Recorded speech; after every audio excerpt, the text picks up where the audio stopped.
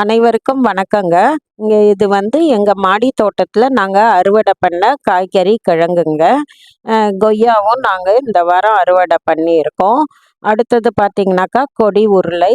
கொடி உருளையும் வந்து நாங்க நிறைய அறுவடை பண்ணிட்டோங்க.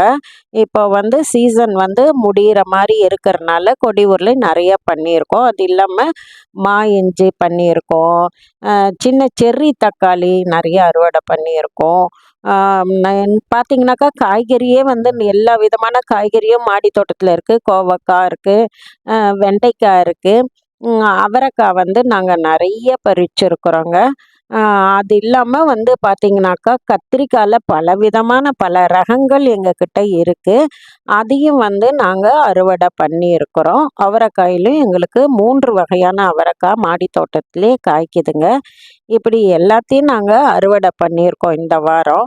பொதுவாக நாங்கள் வந்து தினசரி உபயோகத்திற்கு தேவையானதை அன்னன்னைக்கு பறிச்சுக்கிறது தான் வழக்கங்க. சிலது வந்து பார்த்திங்கனாக்கா, பீர்க்கங்காய், புடலங்காய் அந்த மாதிரி எல்லாம் வந்து ஒரு வாரத்தில் ஒரு தடவை பறிப்போம். ரொம்ப ஸ்டோர் பண்ணி வைக்கிற பழக்கம் கிடையாதுங்க. ஃப்ரெஷ்ஷாக அன்னன்னைக்கு பறித்து சமைக்கிறதாங்க. இப்போ நம்ம மாடி தோட்டத்தில் எல்லா விதமான காய்கறிகளையும் நம்ம வளர்க்கலாங்க. மண்கலவை ரொம்ப முக்கியங்க. அதில் செம்மண், எரு, அப்புறம் மாட்டு எரு, அது இல்லாமல் நீங்கள் பார்த்தீங்கன்னாக்கா மண்புழு உரம், கோகோபிட் கொஞ்சம் போட்டுக்கோங்க. ஏன்னா மாடி தோட்டன்றனால இதெல்லாம் கலந்த கலவையில் நீங்கள் காய்கறி பயிரிட்டிங்கன்னா ரொம்ப நல்லா வளருங்க. எல்லோருக்கும் நன்றிங்க.